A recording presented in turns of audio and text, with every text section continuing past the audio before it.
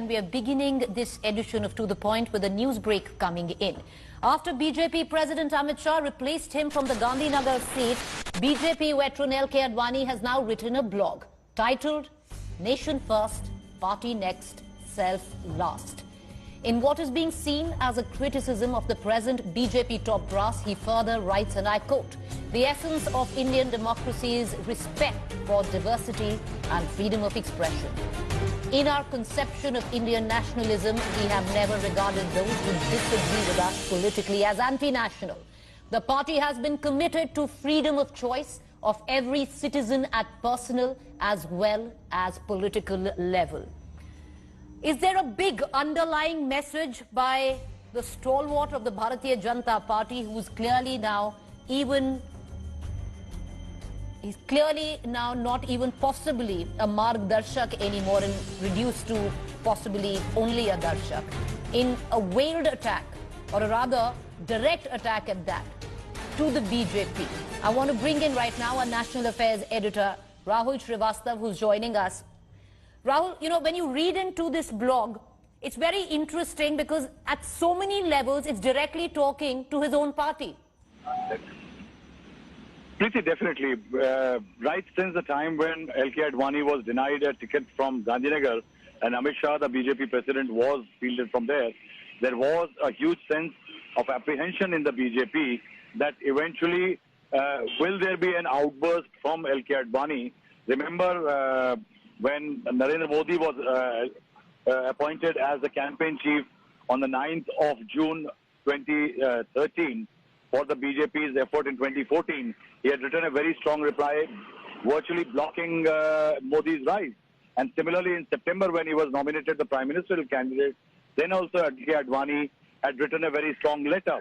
The Bihar loss saw the elders of the party like Murli Manoj Joshi and others write another stinging letter.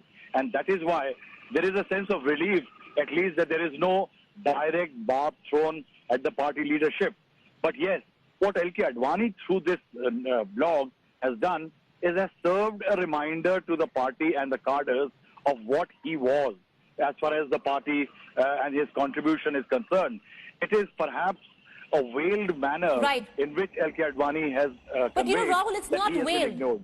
But Rahul, it's not veiled. Let's look at it at the beginning. Of course, it's veiled when he's talking about putting, you know, nation first, party next, self last. That is a veiled attack at possibly his seat being taken away and, you know, him being completely sidelined. But let's just read the blog. It says, and this is not veiled, you know, I'll just quote, "We have never regarded those who disagree with us politically as anti-nationals."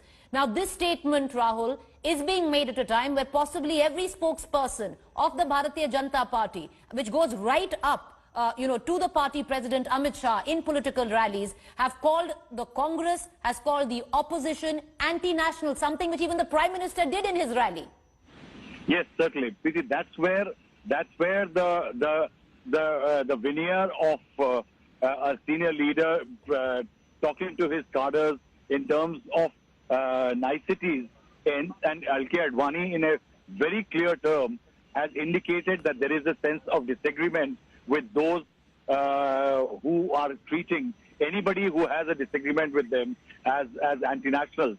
And also there is a line about inclusiveness and accepting everybody and diversity. That is another line in which LK Advani has criticized indirectly the current BJP leadership. Interestingly, we are hearing that now the BJP is bracing for a similar note from Mr. Murli Manoj Joshi, who has also been sidelined when it comes to ticket selection.